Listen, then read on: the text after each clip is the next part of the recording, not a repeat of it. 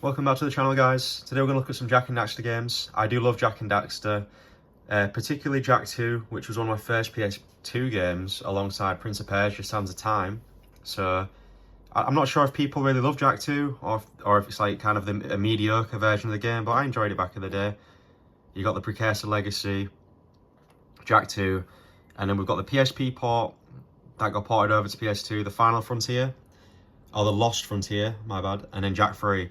I will say, before we even start looking at these games, Jak 3 is a bitch to run on the PS2 emulator. There's a lot of graphical glitches, so we'll see if we can find a workaround, but yeah, let's just jump right into it. So in order to get these working, I actually had to change a couple of settings. So as you can see, we're in the PS2 emulator settings here. Everything was as was for the other games. Just need to focus my camera on that. Everything as it was pretty much the same, except if you go into hacks, you have to disable the hardware hacks that I was running, because some of these really do mess up with the actual gameplay of Jak and Daxter in a lot of the games. For example, like eyes weren't showing up in I think the first one definitely, but maybe in the other three as well. Like Jak and Daxter had no eyes. No one had any eyes. It was like a horror glitch. Shadows were a bit weird, but if you keep with these general settings, I think you can't really go wrong. I mean, like I said, Jak and Daxter isn't the easiest games to run on the PS2 emulator, so it does require a bit of tweaking. So if you really want to play these games, then I'm sure you can deal with this. It's literally exactly the same settings. I've just disabled some of the hardware hacks that were previously running to help some other games, so yeah. Welcome back. We're in the Precursor Legacy now, and this is running at 50. As you can see, we're running the PAL version. You can switch between PAL and American if you want in the settings, but for the sake of the argument is PAL kind of runs better. We've chosen that one, and I've noticed that these games are a bit harder to run, so I just thought I'd choose the PAL versions anyway. As you can see, it is sucking quite a bit of wattage out of the system. I might even just put it at automatic. Let's put the watts up to just 10, see if it takes any more. It's hovering around 15 at the minute, but as you can see, really smooth gameplay on this one. Precursor Legacy is kind of not like one of the hard ones to run.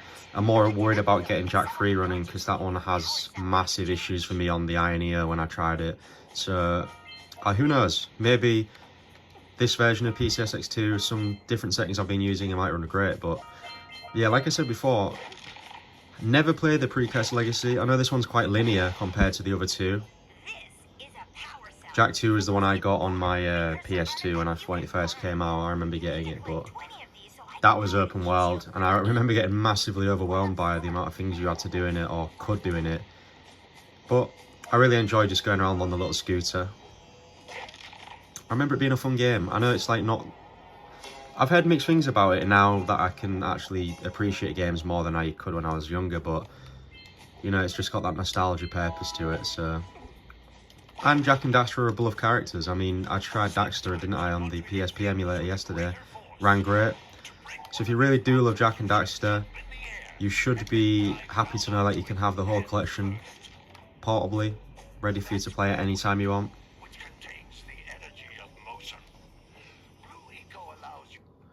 I'm trying to skip these little cutscenes so we can play more of the game, but yeah, this one's definitely more linear. There's a tiny bit of graphical glitch in there, but that's normal. See, the main thing I saw online was that the shadows didn't render properly, but they look like they're rendering properly now. I don't know if that was probably in a previous version of the PCSX2 emulator, so it looks to me like they've fixed a lot of stuff. And it does run great. I mean, it's dropped down to 11 watts there, so you're looking at around an hour and a half, an hour and 40 at 44%. I tell you what, I'm always on around mid percentage when I do these videos. It's because I normally do them at midday, and I've been playing the Steam Deck in the morning. So I'll tell you what I've been playing though. Have any of you guys played Inscription? It's like a horror card game. Completely irrelevant to this, but I do like to talk to you guys and get your opinions on things. But yeah, it's called Inscription. It's like a horror card game. You're like trapped in this cabin with this weird guy playing like his card game, and he like manipulates the deck and stuff.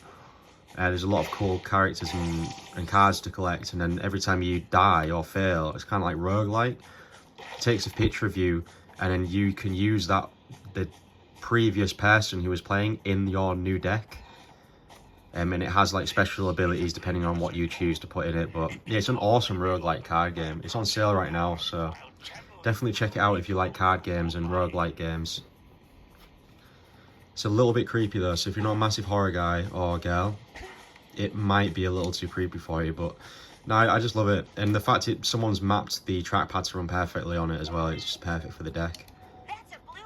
Yeah, like I said, completely irrelevant to this, but whilst you're watching gameplay, you might as well listen to me ramble about random games.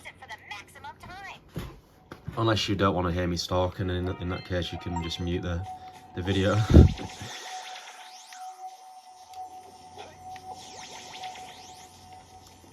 So this ability seems to have given me some kind of like electricity power ability. I think Jack's muting this one, so he didn't actually talk, does he? The game does look nice though. It does look good at 720p. I know this is quite an older title for the PS2, so it's quite a nice... It's very responsive. I'm really happy with how this is running, to be fair.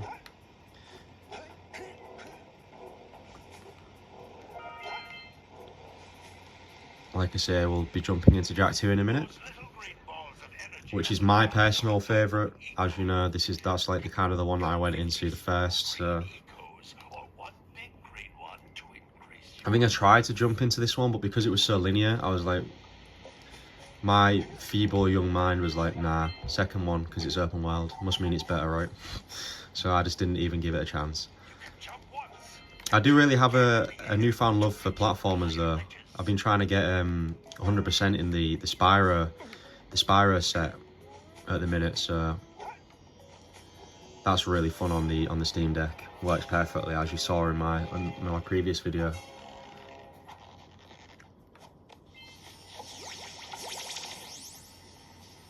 So did I die? I don't know if you take fall damage in this. I guess you do. But yeah, that's the Precursor Legacy. As you can see, works perfect. We'll move on to Jak 2. So here we have Jak 2 running. This is quite a good little test for the game engine, because this is all in-game footage, so it should give you an idea of what the world will look like. This is weird. These are PAL ROMs, but for some reason it puts them in Japanese to start with. I'm not sure why, so I had to Google Translate how to find this before, but yeah, I think I've cracked it. I think it's this top one then. Yeah, there we go.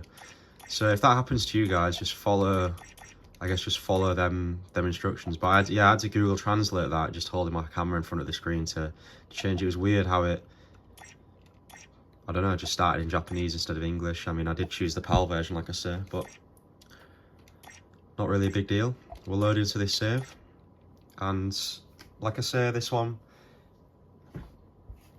works great as well. As you can see, ultra smooth. It's pulling less wattage than the first game was, to be fair. It's only at 9.7. I guess that's because we're like kind of inside, not really doing much, but this one looks great as well. I mean, this one kind of in 720p looks really nice. The only annoying thing is I wish I could invert the camera movement, but to be fair, that's a very minor thing that you can get used to. But yeah, I have very vivid memories of this prison escape bit at the start, because like I say, I was probably only like 11 or 10 when I got this, and when you're 11 and 10, you don't really play the game for like I guess you kind of do play it for the story, but like you're not massively paying attention to what people are saying in the game, so you're just kind of wandering around and stuff. I say that, but similarly to the time, I was playing Metal Gear Solid 3, so completely different game. That one I did finish a lot though. I finished that. Me and my friend used to compete to see how many times we could finish it, because we just had nothing better to do after school. So I think it got to the point where we both finished it like 20 times, because it has a little counter on the screen. It tells you how many times you finished the game. It's probably one of my best achievements there.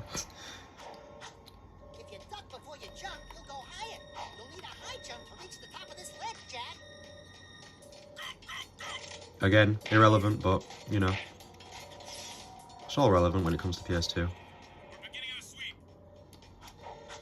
But yeah, as you can see, this one runs great. The shadows look great. I've seen no texture glitches in this one so far.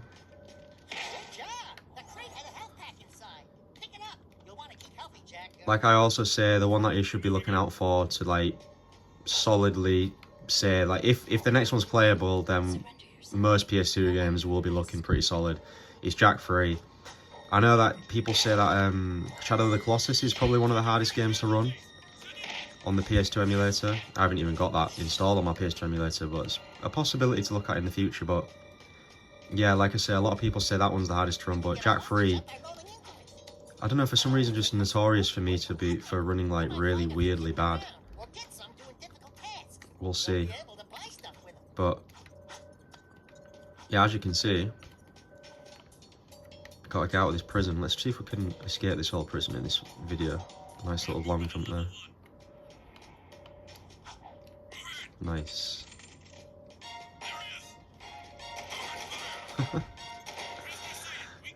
It's awesome. Naughty Dog do these so cinematic, so like well done cinematic set pieces to start their games. It's like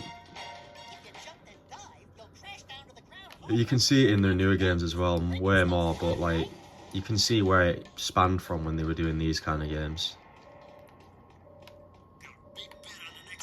Oof, that was close. Sorry, guys.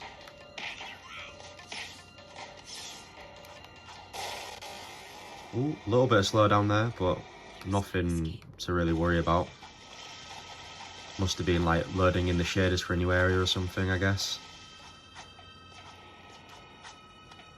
Like I say, just reiterating the point that these are the PAL versions. Although you can change to 60 Hz in the settings, I don't really find like I need to do that. It plays extremely smooth.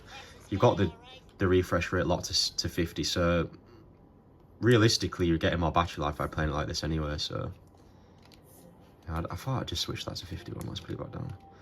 So we're outside. If you was going to have any issues with the frame rate of being in this area, you see the wattage has jumped up to 17 watts, so it's definitely sucking more juice outside, but still playable. I'll just let this cutscene play and we'll move on to the Lost Frontier.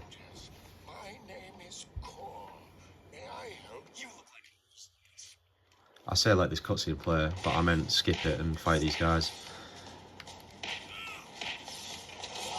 Yeah, okay, I suppose that's quite a good way to end on it. The Jak now has the ability to turn into like this evil version of Jak. So if anything's going to test the frame rate, it's this area.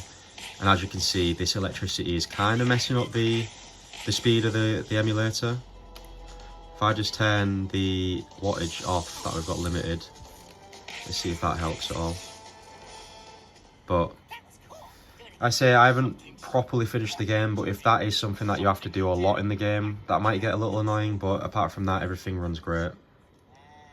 I still limit the TDP though, just for the battery life savings.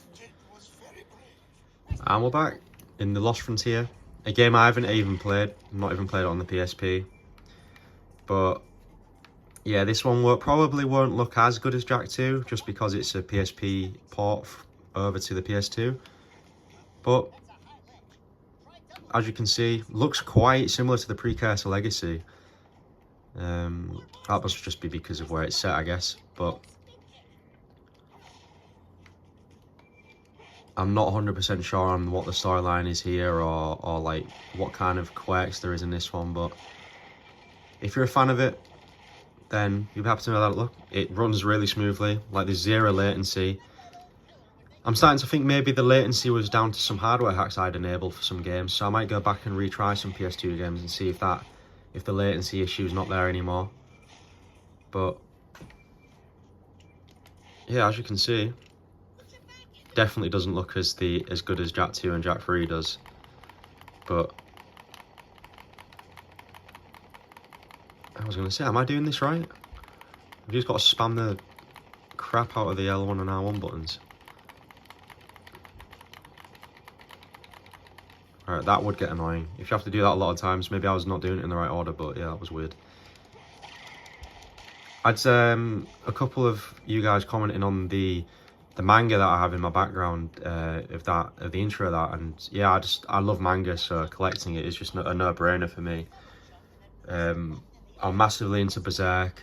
Just finished Vinland Saga, and as soon as I finished Vinland Saga, I was like, yeah, that's in one of my favourites. So I'd say Vinland Saga is definitely in my top 5. Amazing series, still ongoing, but yeah, I mean it's ongoing. I say like every 3 or 4 weeks another one comes out, depending on what the guy's doing at the time. But if you have any recommendations for manga, shoot them my way. I'm always reading something. So like I say, I'm currently reading 20th Century Boys. I can't make this jump. Maybe I'm not. I'd probably say Berserk's definitely my favourite manga though. I mean, that's a pretty generic option, but I mean, it's an option for a lot of people for a reason, right? It's amazing, the series. If you're into like dark fantasy stuff, definitely check it out. I also read Gantz this year as well, and that was amazing. I did love that as well. Completely different. That was more sci-fi, but still dark, and had a great story to it. Very unique, so yeah, just shoot some manga X across for sure. I'll have a look. Why do I feel like I'm going the wrong way? I am going the wrong way because there's a freaking green sign on there, I think. Or why would there be enemies if I was going the wrong way? Nah, I'm going the wrong way, right? Disorientating me. Gotta follow that green dot.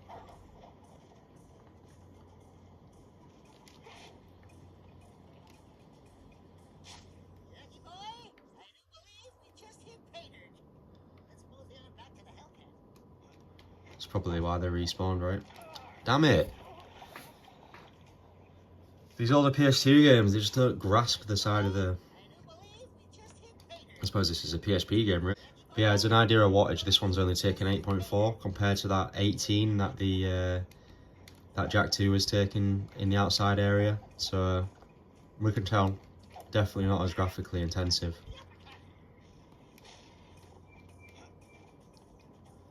I will try the uppercut actually. That's quite cool though.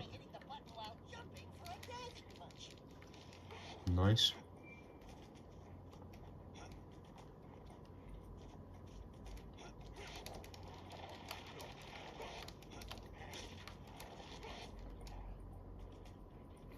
There you go, guys. This is Jak the Lost Frontier. Jak and Daxter the Lost Frontier. We'll try the hardest one. Left the best till last, I guess. We'll see how well Jak 3 runs. Place your bets now. Anyone putting bets down that it's going to work perfectly? I have a feeling it's going to be in Japanese for sure. So we might have to change the language. It just seems to be a weird glitch with these. The intro cutscene looks not bad. I've seen it looking a lot worse than that. Shadows look intact. I don't know, guys. It's looking good. It's looking good. Don't want to jinx anything just yet. Let's jump in and find out. And it is in Japanese, so we're going to have to work the magic and see if we can... I'm pretty sure. Yeah, I got it first time. Let's go. Similar to... Pretty much the same as Jak 2, I guess. Change all these. And... New game. Would love to play Jak 3. Never really gave it a chance on PS2. So... I've heard really good things about this one as well.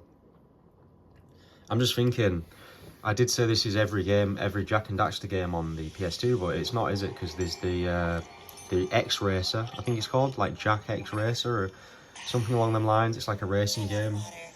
So I guess I'm not technically correct in saying all Jak and Daxter games, but all mainline. Cutscenes look good. Let's check out the gameplay. I mean, I don't want to jinx anything, but it's looking good, guys. I haven't ever seen it running this well before. Wow. I've never seen it running this well before. I'm actually shocked. Yeah, it has never run this well for me in the past. The frame time's a little bit all over the place. It feels like a tiny amount of stutter. But seriously, compared to what I've dealt with this game in the past, looking like this looks great. I mean, like I've seen a lot of graphical glitches in this one, like shadows, yeah, missing eyes, some weird stuff. But this, I mean, the latency is pretty much spot on. Frame time's a little off, so it's stuttering a tiny amount. I'm not sure if that'll affect anything if I just turn the TDP off for a little test. That does make it a lot smoother. Yeah, I think we've sorted it. So just upping the TDP has pretty much smoothened all that out. As you can see, the frame time graph's gone down. Wow, I've never played Jak 3 on a handheld device running this well. Awesome.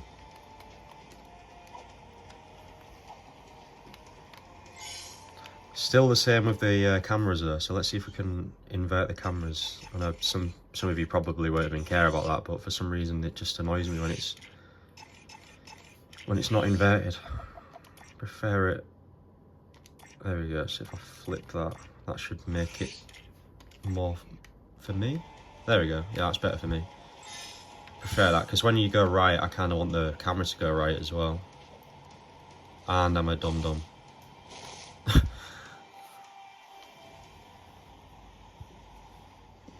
Seeing this game run like so well is giving me a lot of thought into actually just changing my settings in the PS2 emulator to permanently have them hardware hacks turned off.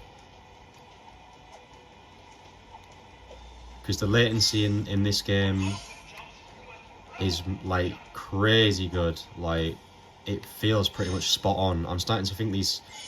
You might be just saying to me like, yeah, Harvey, like the hardware hacks are crazy intensive on your latency and they will mess it up, but I didn't know that, so I guess we learn. Jump and press square in the air. Oh, this one, okay, that makes sense. So we're running around 19 watt at the minute, so it's quite intensive. It's probably the maximum you're going to see from a PS2 game. So the battery life is going to give you an idea of what you'll get. You'll probably get just nearly around 2 and a bit hours if you're playing this from full battery. So not terrible, but yeah, it's quite graphically intensive. But I mean, you can play it on charge if you want. It's not a big deal. Skip that, we'll get into some combat. Again, feels perfectly smooth. I'm getting no issue with stuttering anymore after we disabled the TDP.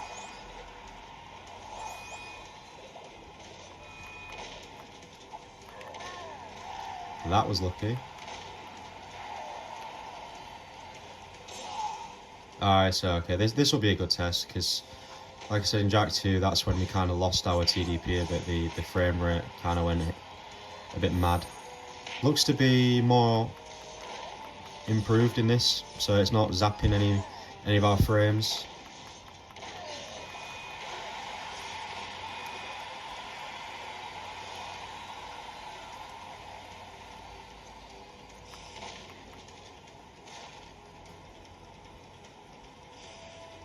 I'll just play till we get to the end of this section, and then yeah, we'll call it there. But I'm planning on doing like I do like doing PS2 emulation videos, because like I said, every PS2 game runs differently. Unlike the PSP emulator where pretty much everything runs perfectly, it's nice to be able to talk over some PS2 games because they do require some different changes in the settings and stuff. But yeah guys, I'm probably going to end up doing a Sly Cooper version of this, because that's obviously a classic. I'm trying to think, Ratchet and Clank's a big one as well.